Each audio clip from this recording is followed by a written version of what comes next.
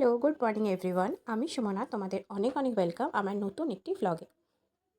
আশা করি তোমরা সবাই খুব ভালো আছো, আমিও ভালো আছি। আজকে বৃহস্পতিবার, সকালে চা খেয়ে চলে আসলাম ঘরের চাদরটা পাল্টাতে। এরপর ঘর গুছিয়ে একদম সব কেচে মেলে দেবো ছাদে। আজকে না ওয়েদারটা খুব সুন্দর, খুব সুন্দর রোদ উঠেছে আর বেশ ভালো হাওয়াও দিচ্ছে।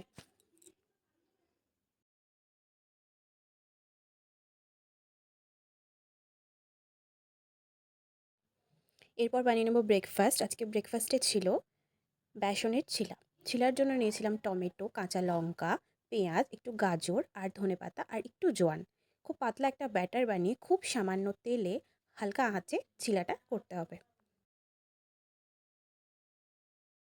এরপর লাঞ্চের জন্য ছিল সর্ষে কাতলা আর ছিল মাছের মাথা দিয়ে আলু কুমড়ো দিয়ে পুঁই শাকের চচ্চড়ি। তার জন্য মাছগুলোকে নুন হলুদ মাখিয়ে খুব কড়া করে ভেজে তুলে নেব।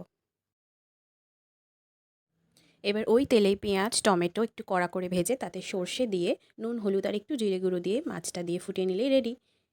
এইভাবে কুমড়ো পুঁই শাক খেতে কার কার ভালো লাগে অবশ্যই কমেন্টে জানিও, আমার তো দারুণ লাগে। আজকের মতো এখানে ভিডিওটা শেষ করছি, আবার দেখা হবে নতুন কোনো ব্লগে। চলো বাই।